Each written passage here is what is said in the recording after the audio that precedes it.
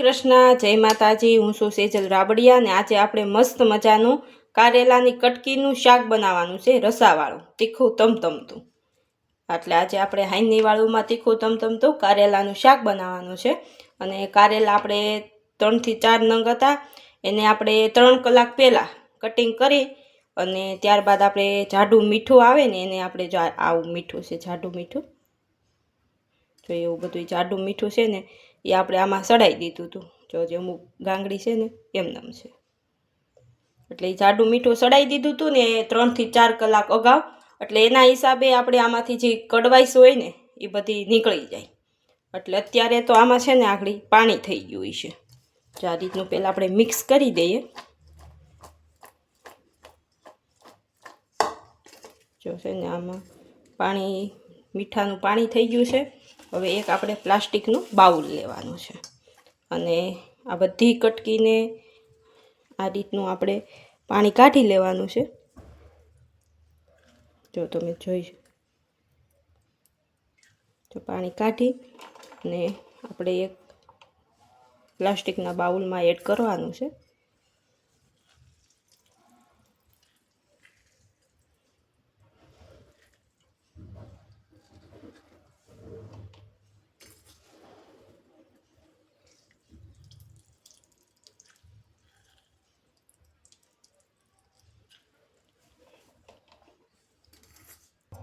જો બધી કટકીમાં આપણે છે ને પાણી કાઢી લીધું છે અને આટલું પાણી આપણે કટકીમાંથી નીકળવું છે। 3 થી 4 નંગ કારેલા હતા, એમાંથી આપણે આટલું પાણી કાઢી નાખ્યું છે। અને એકદમ છે ને કડવું પાણી હોય અને કંઈક કટકી જો આવી કોરી મોરી આપણી થઈ ગઈ, પાણી બધું નીકળી ગયું। એટલે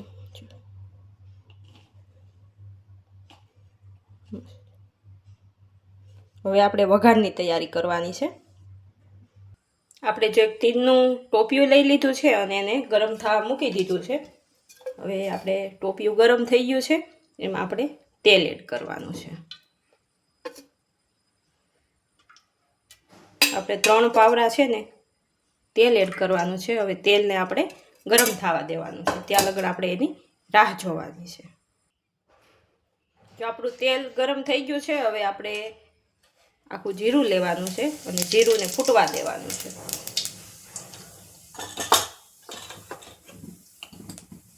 જો આપણું બધું જીરું ફૂટી ગયું છે, હવે આપણે હિંગ લઈ લેવાની છે, હિંગને આપણે ફૂટવા દેવાની છે।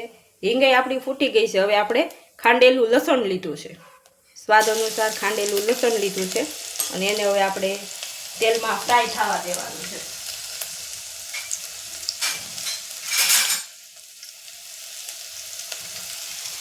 તો આપણું લસણ છે ને ફ્રાય થઈ ગયું છે।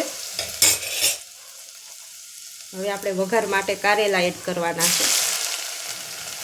કારેલાના શાકમાં આપણે તેલનું પ્રમાણ વધારે રાખવાનું છે, એટલે આપણા કારેલાના કટિંગ છે ને તેલમાં હળી જાય ને એટલે કડવાઈશ એકદમ નીકળી જાય।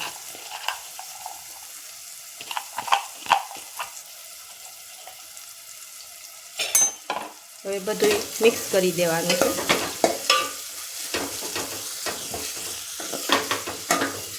તો બધાય ફોડવા આપણા તેલમાં મિક્સ થઈ ગયા છે।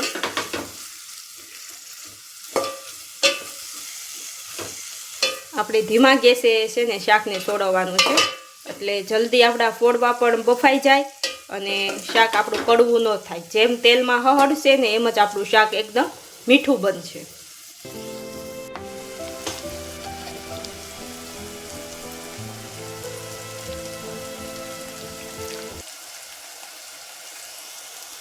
કારેલાના ફોડવા છે ને આપણે તેલમાં એકદમ ફ્રાય થાય છે અને આપણે હવે મીઠું એડ કરવાનું છે। મીઠાનું પ્રમાણ આપણે ઓછું લેવાનું છે, કારણ કે આપણે ફોડવા મીઠામાં અત્યાર સુધી ગળવા મૂક્યા હતા ને, એટલે આપણે મીઠું ઓછું લેવાનું છે।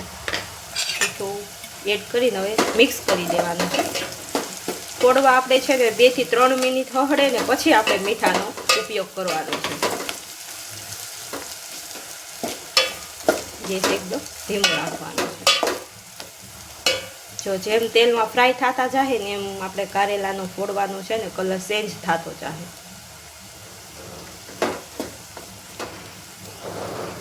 તો એકદમ સરસ રીતે આપણે તેલમાં છે ને આપણા ફોડવા ફ્રાય થઈ ગયા છે। આપણે મસાલો એડ કરવાનો છે. મસાલામાં આપણે પહેલાં હળદર પાવડર લઈ લેવાનો છે. હળદર પાવડર એડ કરી મિક્સ કરી દેવાનું છે.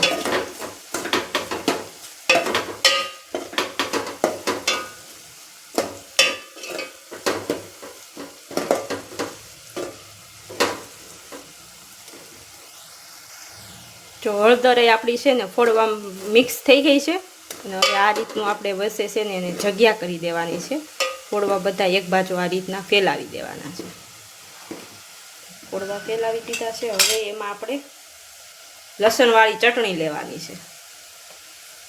તેલમાં એડ કરી દેવાની છે લસણવાળી ચટણી. એટલે લસણવાળી ચટણી પણ આપણી તેલમાં છે ને ફ્રાય થઈ જાય.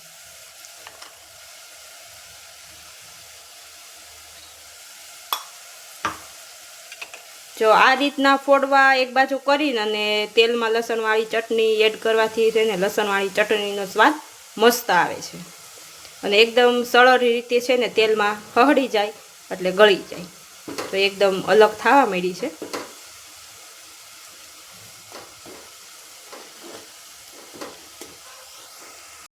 જો બધી ચટણી ગળી ગઈ હવે આપણે ફોડવામાં એને મિક્સ કરી દેવાની છે.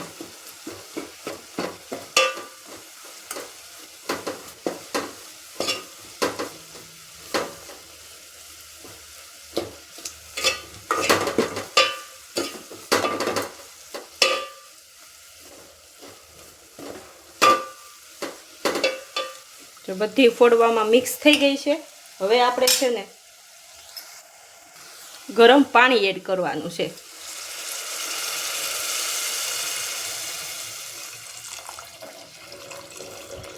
પાણીનું પ્રમાણ આપણે વધારે રાખવાનું છે અને ગેસને ફૂલ કરી દેવાનું છે. ગરમ પાણી નાખવાનો ઉપયોગ તો ઘણો બધો છે. જો છે ને આપણે ગરમ પાણી નાખીએ ને તો શાક એકદમ મસ્ત ટેસ્ટી થાય. ઠંડુ પાણી નાખીને આપણે ગમે એના શાકમાં તો શાક આપણું છે ને પાછું પડી જાય અને ગરમ પાણી એટલે એડ કર્યું છે કે આપણા ફોડવા છે ને ઠોઠા ન થઈ જાય. મસ્ત એકદમ કૂણા કૂણા છે. પાણી એડ કરીને આ રીતે આપણે મિક્સ કરી દેવાનું છે.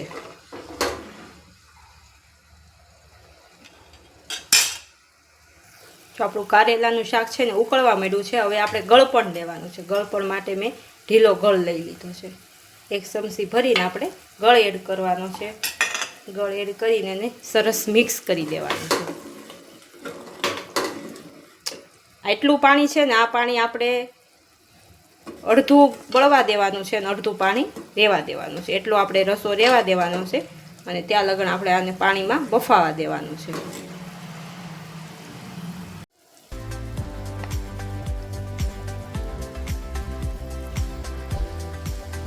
એના ઘરની રીત છે ને અલગ અલગ હોય. કોઈ ગ્રેવીવાળું શાક બનાવે, કોઈ કોરું મોરું શાક બનાવે અને કોઈ રસાવાળું શાક બનાવે. પણ અમારી ઘરમાં ચાચા ભાગે છે ને રસાવાળું શાક બને કારેલાનું. એટલે મેં તમને રસાવાળા કારેલાના શાકની રેસીપી દીધી છે. અમારા ઘરમાં છે ને બાજરાનો રોટલો અને કારેલાનું શાક. રસાવાળું કારેલાનું શાક હોય એટલે એમાં સોળી અને બધાય જમે એટલે આપણે રસાવાળું શાક બનાવ્યું છે. જો હજી આપણે પાણી ઘણું બધું ઉકળવા દેવાનું છે. એકદમ ફોડવા જો બફાઈ ગયા છે, મસ્ત થઈ ગયા છે. પણ પાણીને હજી આપણે ઉકળવા દેવાનું છે. જેમ પાણી બળશે એમ જ આપણા શાકનો ટેસ્ટ બેસશે. જો ધીમે ધીમે આપણું પાણી બધું ઉકળવા માંડ્યું છે ને હવે આપણે બહુ ઝાઝું નહીં, 1 ચપટી જ આપણે છે ને આખા ભાંગા ગાંઠિયા લેવાના છે અને એ ગાંઠિયાને એડ કરવાના છે. ગાંઠિયાને એડ કરી અને આપણે મિક્સ કરી દેવાનું છે. જો મસ્ત આપણો રસો પણ છે ને ઘાટો થવા મળશે. જેમ પાણી બળતું જશે ને એમ આપણો રસો પણ ઘાટો થવા મળશે. હવે આપણું શાક ઝાઝી મિનિટ નહીં લે, 1 થી 2 મિનિટ લે ત્યાં મસ્ત શાક બની અને તૈયાર થઈ જાય. જો મસ્ત આપણું શાક બની અને કંઈક આ રીતનું તૈયાર થયું છે. જો લાલ ચટાકેદાર શાક બન્યું છે ને હવે આપણે છે ને ગેસને બંધ કરી દેવાનો છે. ગેસ બંધ કરી દીધો છે અને એકદમ જો તેલ ને ચટણી ને બધું ઉપર આવી ગયું છે અને ફોડવા પણ બહુ મસ્ત બફાઈ ગયા છે. જો તો આપણું મસ્ત મજાનું રસાવાળું શાક છે ને બનાવીને કારેલાનું રસાવાળું શાક બનાવીને તૈયાર કરી દીધું છે. અને મારા રસાવાળું શાક તમને કેવું લાગ્યું મને કોમેન્ટમાં જણાવજો અને તમે કઈ રીતે રસાવાળું શાક બનાવો એ તમે મને કોમેન્ટમાં જણાવજો. અને મારી ચેનલમાં પહેલી વાર હોય તો મારી અવનવી રેસીપી જોવા અને મારા ગામડાના વ્લોગ જોવા મારી ચેનલને લાઇક, શેર અને સબસ્ક્રાઈબ કરી દેજો. જય શ્રી કૃષ્ણ. આવજો બધાય રસાવાળું કારેલાનું શાક ખાવા.